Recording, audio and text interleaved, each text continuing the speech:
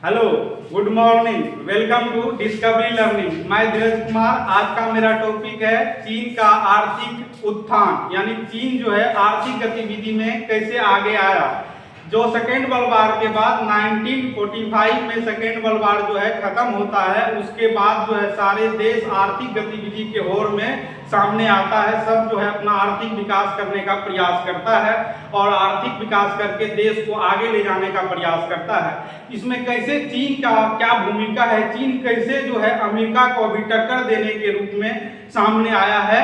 चीन जो है ऐसा देश जो धीरे धीरे डेवलप करके अभी अमेरिका को टक्कर दे सकता है आर्थिक गतिविधियों में। कैसे ये डेवलप कर गया, जब सब देश की एक ही गतिविधि था, एक ही तरह का समस्या था, उस समस्याओं से कैसे चीन जो है उभर कर सामने आया और इतना बड़ा जो है आर्थिक रूप से इतना बड़ा देश बन गया। जबकि उसके पास जनसंख्या भी सबसे ज़्यादा था और कह सकते उसके पास लैंड भी ज़्यादा था। उसके कारण भी जो है वह क्या किया, वहाँ के आदमियों का यूज कर कर, वहाँ के जो है निजीकरण कर कर धीरे धीरे डेवलपमेंट किया। पहले खेती को निजीकरण किया, यानी कि जो किसानों था उसका निजीकरण करके जो उसको उद्योग में डाला गया, यानी कि निजीकरण कर करके धीरे धीरे निजीकरण किया और निजीकरण करके चीन का विकास हुआ, डेवलपमेंट हुआ। चीन पहले जो है साम्यवादी समाजवादी के तर्ज पे चलता था। जैसे कि आप एनसीईआरटी 12th क्लास का बुक देखिएगा, ये 12th क्लास के जो है हम सेकेंड थर्ड लेक्चर शूट कर रहे हैं। ये जो है पहला और दूसरा यूरोप संघ के बारे में चर्चा कर लिए हैं, आसियान के बारे में चर्चा कर लिए हैं और सत्ता के वैकल्पिक केंद्र का यह तीसरा लेक्चर है। इसके बाद हम चीन और भारत का संबंध देखेंगे, तब जाके यह चैप्टर खत्म होगा। आज चीन के जो है आर्थिक गतिविधि, आर्थिक उत्थान के बारे में पढ़ रहे हैं। चीन के आर्थिक उत्थान कैसे हुआ, चीन का अब जब बात करें, चीन भी साम्यवादी और समाजवादी गतिविधि पे चलता है। जबकि हम यह बुक स्टार्ट किए थे तभी उसी फर्स्ट दिन ही बताए थे कि साम्यवादी, समाजवादी और पूंजीवादी में क्या अंतर होता है। समाजवादी मतलब समाज का तत्पर देना, यानी समाज को लेकर चलना, सभी को लेकर चलना, सरकार के हाथों में ज़्यादा गतिविधि होना, है ना। सारे किसान से उपजा करके सरकार जमा करती थी, तब जाके जो है वह डिस्ट्रीब्यूट करती थी जनता के बीच में। तो वह होता है समाजवादी, जिसमें सरकार का जो है सरकार अपने पक्ष में पूरा जो है नियंत्रण रखती है जनता पे। उसी के पक्ष में जब एनसीईआरटी 12th क्लास का बुक खोलिएगा, चैप्टर 2 सत्ता के समकालीन केंद्र, तो उसमें जब चीन के बारे में पढ़िएगा, चीन का आर्थिक उत्थान, तो उसमें जो आपको एक फोटो के माध्यम से समझाया गया है। जिस फोटो में जो है आपको मिलेगा माओ के लाल किताब, माओ को दिखाया गया और उसके हाथ में लाल किताब को दिखाया गया है एक कार्टून के माध्यम से। तो माओ के लाल किताब का तात्पर्य है कि माओ जी जो है वह, लाल किताब का अर्थ है कि वह समाजवादी और साम्यवादी को मानता है, यानी कि वह पूंजीवादी को नहीं अपनाया था। चीन जो है पूंजीवादी 1978 के बाद अपनाता है, उससे पहले वह जो है साम्यवादी और समाजवादी तर्ज पर चलते हैं।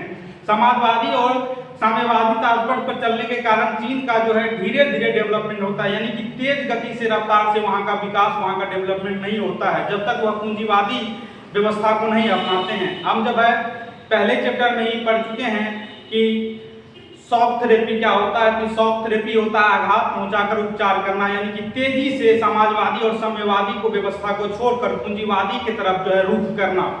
तो ये जो है चीन धीरे धीरे किया, समाजवादी और साम्यवादी को छोड़कर पूंजीवादी के लिए धीरे धीरे रुख करा, एकाएक डेवलप नहीं कर लिया। और सब देश जो क्या किया, एकाएक समाजवादी को छोड़कर जो है पूंजीवादी की तरफ रुख करने का प्रयास कर दिया। लेकिन चीन जो है धीरे धीरे वह डेवलपमेंट किया, एक एक करके निजीकरण करते गया। पहले खेती को निजीकरण किया, पहले खेती को निजीकरण करके उसको उद्योग में पैसा को लगाया और धीरे धीरे उद्योग लगाकर आज इतना बड़ा जो है उभरता हुआ विकास के चरम सीमा पर पहुंच गया है। इतना जो है जनसंख्या होने के कारण भी सारे पहलुओं पर डिस्कस करेंगे। यह वीडियो जो है आपके 12th क्लास के इंपॉर्टेंट तो है ही है, साथ ही साथ कंपटीशन के दृष्टिकोण से भी यह वीडियो बहुत इंपॉर्टेंट हो जाता है।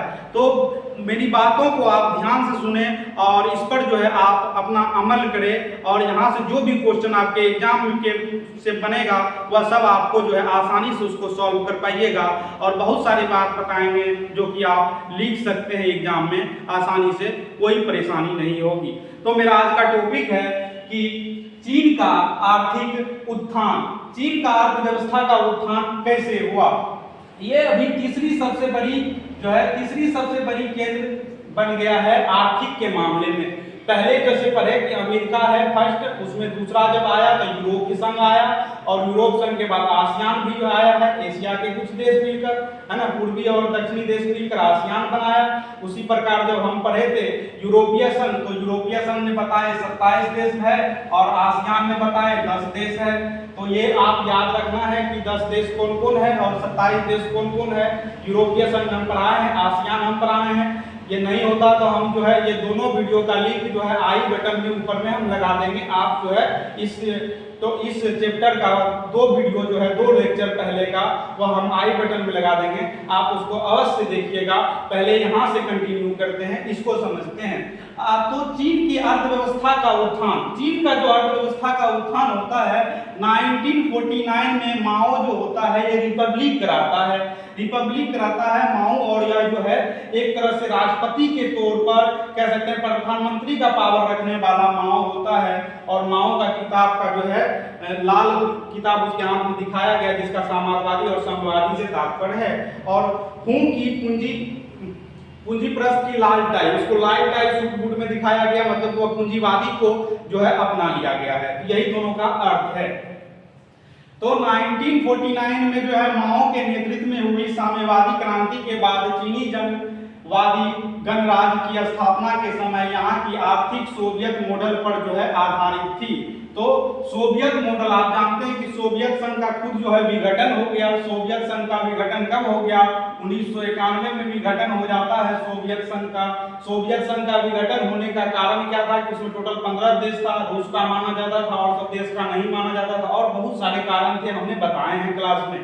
तो सोवियत संघ का खुद विघटन हो गया। आप जानते हैं कि वो राष्ट्र खुलेपन दिया, है ना, जो मिखाइल गोर्बाचेव आया अंतिम राष्ट्रपति, तो खुलापन दिया, और जो है वह 2 शब्द लाया, है ना, 2 नीति लाया कह सकते हैं, जो 2 नीति के तहत जो है वह पुनर्निर्माण और खुलापन देने का प्रयास किया। तो उससे क्या हुआ कि वहाँ की जो है वहाँ का विघटन हो गया, सोवियत का जो है विघटन हो गया 1991 में। तो सोवियत मॉडल पे या जो है समाजवादी क्रांति को जो है ये वहाँ का रिपब्लिक कराया, यानी कि वहाँ अभी जो है सोवियत मॉडल चल रहा है। तो सोवियत मॉडल मतलब समाजवादी साम्यवादी को तात्पर्य देना, अमेरिकी साइड में पूंजीवादी को तात्पर्य देना होता है। चीन ने पूंजीवादी दुनिया से रिश्ते तोड़ लिया। अब जो है चीन समाजवादी की तरफ अभी है, अभी जो है माओ का सरकार है, और माओ जो है कहता है कि हम पूंजीवादी को नहीं, हम समाजवादी को मानते हैं। तो जो है माओ जो है पूंजीवादी से अपना नाता तोड़ लिया है, पूंजीवादी से अभी इसका संबंध नहीं है। लेकिन 1978 में जब देखेंगे तो फिर पूंजीवादी धीरे धीरे अपनाता है, तब जाके यहाँ का डेवलपमेंट तेजी से विकास होता है। तो कोई चारा नहीं था इसके पास कि जब ये जो है रिश्ता तोड़ लिया पूंजीवादी से, इसके पास कोई चारा नहीं था कि आप कहाँ जाए, कैसे डेवलपमेंट करे, कैसे अपना विकास करे। तो इसके पास एक ही ऑप्शन था कि अपना स्वदेशी अपनाएं। जैसे कि अभी भी देखते हैं मोदी जी बोलते हैं कि स्वदेशी अपनाइए, है ना, अपने इंडिया में जो चीज डेवलपमेंट होता है उसका यूज कीजिए, है ना, उसका ज्यादा आप उपयोग कीजिए। इसी मॉडल पे वह भी कार्य करने का प्रयास किया। तो वह भी जो है थोड़ा समय तक जो है इसको सोवियत संघ का जो है क्या मिला, सहयोग मिला, और यह जो है खेती से पूंजी निकाल कर उद्योग में लगाया। जब यह जो है सोवियत संघ के साथ में था, सोवियत संघ के मॉडल पर जब यह कार्य कर रहा था, उस समय क्या किया, खेती से पूंजी निकाल कर यह जो है उद्योगों में लगाने का प्रयास किया। तो खेती से कुछ पूंजी निकाल कर उद्योग में लगाने का प्रयास किया। विदेशी मुद्रा इसके पास नहीं होता था। जैसे कि आप विदेश से व्यापार करना चाहते हैं तो कुछ जो संगठन होता है उसका रूल होता है, कोई एक ही रुपया चलना, जैसे यूरोपीय संघ में यूरो चलना, उसी तरह में जो है ये कारण हो गया कि विदेशी मुद्रा इसके पास कम था, और विदेशी मुद्रा कम होने के कारण इसके पास जो सामान विदेशों से आते उस सामान में वह जो है धीरे धीरे लाना प्रयास किया, क्योंकि इसके पास जो उतना विदेशी मुद्रा था ही नहीं। तो वहां से धीरे धीरे जो है यह आयात का काम धीरे धीरे स्टार्ट किया, आयात करना। तो सारे संसाधनों का उपयोग करने का प्रयास किया, इसके पास जितने भी संसाधन थे सबको जो है उपयोग करने का प्रयास किया, और सभी नागरिकों को जो है रोजगार देने का प्रयास किया, और समाज को कल्याण की तरफ ले जाने का प्रयास किया, जिससे समाज जो है कल्याणकारी समाज बन पाए, सभी को रोजगार मिल सके, और जो है वह अपना जो है जीवन यापन आसानी से कर पाए। तो इसके क्षेत्र में वो जो है आगे निकला। शिक्षित करना का प्रयास किया, यानी कि चीन में अभी भी जो है क्या करता है, आदमी को जो है जिस फील्ड में आप जाना चाहते हैं, जिस फील्ड में आप जाना चाहते हैं उसकी ट्रेनिंग आपको दिया जाता है। आप देखते हैं कि चीन में जो शिक्षित किया जाता है, मतलब कि आपके स्किल को ज्यादा प्रीफर किया जाता है, आप किस स्किल को सीखना चाहते हैं, है ना। वहां से आपका जो है थोड़ा डाइवर्सन कर देता है, अलग कर देता है कि आप जिस फील्ड में जाना चाहते हैं उसके ऊपर में आप जो है विशेष नॉलेज रखें, उसके ऊपर में आप सीखें, उसके ऊपर में जो है आप काम करें। तो शिक्षित करने का प्रयास किया कि उसको स्किल देने का प्रयास किया, वहां के लोगों को स्किल दिया ताकि वह जो है वहां के विकास में अपना योगदान दे। तो शिक्षित करने लगा, स्वास्थ्य की गतिविधि यानी कि हॉस्पिटल सब सारे का जो है व्यवस्था करवाने लगा। तो इससे जो है वहां का विकास धीरे धीरे सुधार हुआ, स्वास्थ्य में सुधार हुआ। अब देखिए जो है 6% 5-6% के दर से जो है वहां पे क्या हो रहा था, विकास हो रहा था। प्रत्येक वर्ष कहे तो 5 से 6% विकास के ऊपर डेवलप कर रहा था, लेकिन उसके साथ साथ यहाँ का जनसंख्या भी 2-3% से डेवलपमेंट पर ईयर डेवलपमेंट कर रहा था। जिस रफ्तार में जो है यहाँ का आर्थिक गतिविधि बढ़ रहा था, आर्थिक में वह जो है अव्वल हो रहा था, उसी प्रकार से वहाँ का जनसंख्या भी बढ़ रहा था। जनसंख्या पे नियंत्रण नहीं कर पा रहा था, क्योंकि जनसंख्या पे नियंत्रण करने के बार बार पॉलिसी लाए, है ना, तो वह जो है पॉलिसी उसका ठप रह गया, काम नहीं आया। जनसंख्या में भी अभी तो भारत नंबर 1 पे है, पहले चीन, भारत के बाद चीन है, हाँ ना। तो जनसंख्या में या जनसंख्या का पूरा जो है उपयोग किया, पर यह वृद्धि करता था लगभग 2-3% के साथ साथ। तो आर्थिक संकट आ गया, ज्यादा जो है जिसके पास आबादी होने के कारण, जान लीजिए जिस देश के पास ज्यादा आर्थिक ज्यादा जनसंख्या हो जाएगा तो आर्थिक संकट आ सकते हैं, क्योंकि मेरे पास लैंड उतना ही है, ज्यादा जो है आदमी घर बना लिया, ज्यादा जो है अपना इंडस्ट्रियल एरिया हो गया, ज्यादा जो है कह सकते हैं जमीन किसी कवर हो गया, तो फिर उपजाऊ नहीं होगा, तो उपजाऊ नहीं होगा तो आर्थिक संकट आ सकते हैं, खाने पीने की दिक्कत हो सकती है। इसीलिए जनसंख्या ज्यादा होना हानिकारक है ना। देखिए जैसे कि देखते हैं जानवरों में जो जनसंख्या होता है तो उसमें जो है माल्थस का एक रूल होता है कि उसमें जो है जनसंख्या कितना भी डेवलप कर जाए लेकिन वह जो है स्वतः खत्म हो जाएगा। क्या आप देखे होंगे कि हाल ही में जो है बहुत सारे की प्रजाति के मछली जो है समुद्र में मिला, पानी कहीं नहीं, मछली ही मछली, लेकिन सारा जो खत्म हो गया, लेकिन कुछ ना कुछ बचा हुआ क्योंकि उसकी जनसंख्या बहुत है। तो उस पर जो है हम नियंत्रण ना भी करें तो वह जो है अपना जो है ज्यादा हो जाने के बाद, मान लीजिए जंगल में ज्यादा जानवर हो गया तो कभी आग लग जाएगा, कभी प्राकृतिक आपदा आ जाने से वहां से जो है डिस्ट्रॉय हो जाता है, तो भी जो है कुछ ना कुछ बच जाए। लेकिन आदमी जो है अपना कर लिया है, एडजस्ट कर लिया है, इसलिए आदमियों का जनसंख्या जो है बढ़ता जा रहा है। इस पर नियंत्रण करने की सरकार को जो है बार बार इस पर पॉलिसी लाते रहते हैं। इंडिया में भी इस पर बात चल रहा है ना, कि जनसंख्या कैसे नियंत्रण कानून लाया जाए। जनसंख्या नियंत्रण के बारे में बार बार सवाल उठता है, ढेर तरह की पॉलिसी आता है। इसी तरह चीन भी इसमें जो है सामने आया।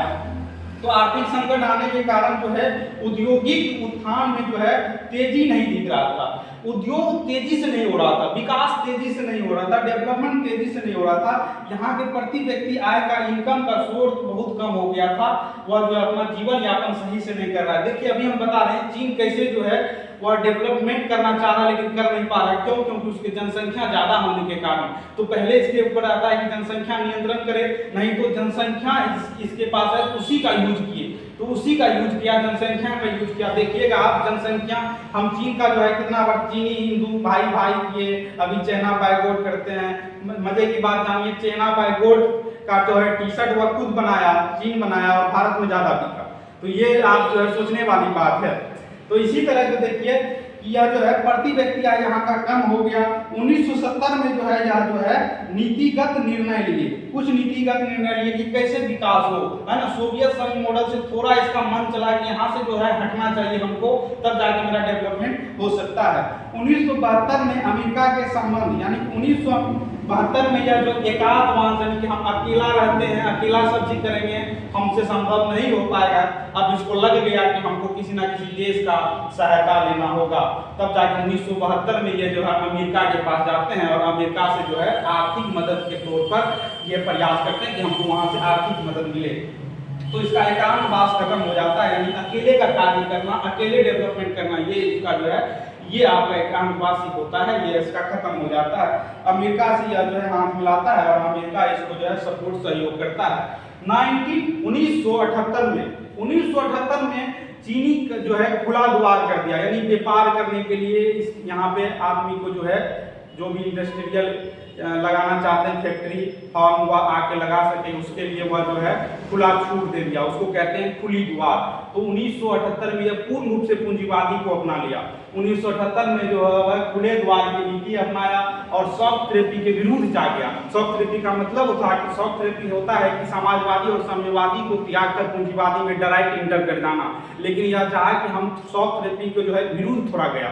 सॉफ्ट थेरेपी का मतलब विरुद्ध जाने का यह तात्पर्य है कि डायरेक्ट से हम जो है समाजवादी और साम्यवादी में डायरेक्ट से पूंजीवादी में नहीं जाए, धीरे धीरे। तो धीरे धीरे ये क्या क्या समाजवादी साम्यवादी से जो है पूंजीवादी में गया और धीरे धीरे सब चीज को निजीकरण करते गया और तब जाके यहाँ का डेवलपमेंट हुआ। तो 1982 में जो है खेती का पहले निजीकरण करता है, 1982 में खेती का निजीकरण करता है। 1998 में जो है उद्योगों को निजीकरण कर देता है, कुछ कुछ कंपनियों को जो है निजीकरण करते गया। उसके बाद जो है ये सोशल इकोनॉमिक्स जोन में जो है यह सोशल इकोनॉमिक्स जोन में जो है यह कल गया 1900 लगभग जो है 98 के 2001 में, है ना। इसके पास विश्व व्यापार संगठन में इस समय में आया है 2001 में, यानी कि 11 दिसंबर के बाद विश्व व्यापार संगठन में यह शामिल हो गया और भारत उसमें जो है 1995 में शामिल हो गया और विश्व व्यापार में जो है भारत 2005 में शामिल हो गया और उससे जो है पहले चीन शामिल हो गया, है ना, जिसको सेज कहा जाता है, सोशल इकोनॉमिक्स जोन। ये आपके एनसीईआरटी में बताया गया है। अब जो है ऐसा अनुमान लगाया जाता है विश्व व्यापार संगठन में जो शामिल होने के बाद इसका अनुमान लगाया था कि 2040 आते आते यह दुनिया का सबसे जो है 2040 तक दुनिया की सबसे बड़ी आर्थिक शक्ति के रूप में यह सामने आ जाएगा, अमेरिका को भी पीछे छोड़ देगा, जितना तेजी से यहाँ का डेवलपमेंट विकास हो रहा है। कुछ जो है लेटिन अमेरिका के साइड जो देश होते हैं, लेटिन अमेरिका के और अफ्रीका में जो है निवेश करने के लिए इसके पास पूंजी ज़्यादा हो गया, यानी कि विदेशी मुद्रा ज़्यादा होने के कारण जो है यह निवेश करना स्टार्ट कर दिया और धीरे धीरे निवेश कर रहा है अपने देश से अलावा विदेश में भी जो है यह निवेश कर रहा है। तो इसी से कारण जो है कि नीति बढ़ती गई, यानी अफ्रीका के निवेश में अब जो विदेश की नीतियां जो है बताती है कि यह विकासशील देशों के मामले में चीन एक नई विश्व शक्ति के रूप में उभरता जा रहा है और जो है 2040 आते आते यह दुनिया का नंबर 1 आर्थिक के मामले में बन जाएगा, आर्थिक शक्ति के रूप में सबसे अव्वल आ जाएगा 2040 आते आते। अभी जो है तीसरा है, जैसे पहले पढ़े अमेरिका है, दूसरा यूरोपीय संघ है और उसमें जो है आसियान भी कंट्रीब्यूट कर रहा है और उसके बाद जो आप देखेंगे यह तीसरा है। तो माओ को लाल किताब को समझे, हूं की पूंजीवादी स्तर को समझे। अब इसका कुछ कमियां भी रहा, इसका कुछ कमियां रहने का कारण था कि कमियां क्या क्या हो सकता है कि यहाँ पे जो है कम से कम 10 करोड़ जो है बेरोजगार आदमी था, उसको रोजगार नहीं दे पाया। ज्यादातर महिलाओं जो थे अनएम्प्लॉयमेंट था, उसको रोजगार नहीं मिल पाया कि महिलाओं को भी रोजगार मिलना चाहिए, तो वहाँ का जो है महिलाओं को रोजगार नहीं मिल पा रहा था। 10 करोड़ की जनसंख्या जो है रोजगार के लिए भटक रहा था इधर उधर।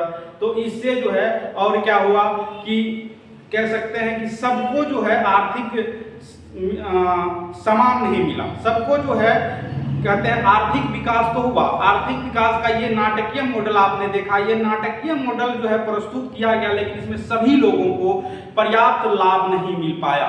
तो पर्याप्त लाभ नहीं मिलने के कारण यह जो है कह सकते हैं कि इसके कमियां रह गया।